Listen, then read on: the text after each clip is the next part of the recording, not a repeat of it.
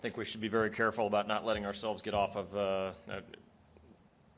topic on what's on here. And I'll tell you, any time that we get into any discussion about the confidential stuff, I'm going to have to leave the dais. My security clearance is the only way that I can pay for food for my kids, put food on my kids' table. So I'm not going to be discussing anything confidential. So you'll have to forgive me for my departure during that period of time.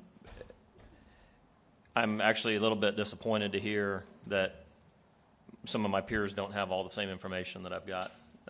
Dr. Edler, did you co-author with Rusty Nail on October 27th of last year an interoffice memorandum proposing titled Emergency Medical Services Reorganization?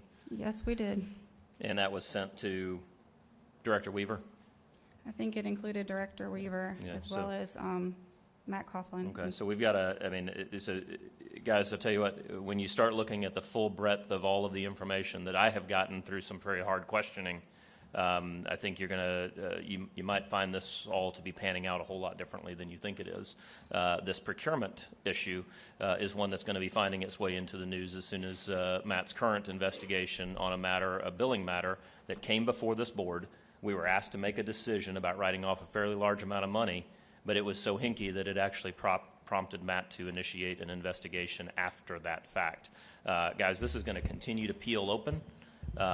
It is not our medical director's job to understand the procurement process, nor is it anybody that does not have an MD after their name to be second-guessing what the medical director needs. So that whole process of, well, nick it down to this, or make it that, or make it that. Honestly, gentlemen, there is that happening in every single department in this county, of people, professionals that we hire to advise us on how to run this county.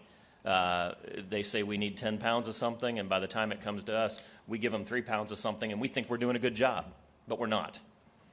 The reality is that the requirements of our professionals are being modified, refined, and polished for our consumption. I believe that is what happened in this case. So if there is anything that smacks of any kind of an impropriety with regard to the utility of that vendor, I don't particularly care about that vendor. Now, personally, in my perception, what should have happened is that Dr. Edler should have articulated what she believed to be a need to achieve excellence in our public safety. And that need should have been properly then staffed through whatever the procurement processes are by our procurement office, saying, I need you to modify your needs and your requirements to fit some sort of a structural thing.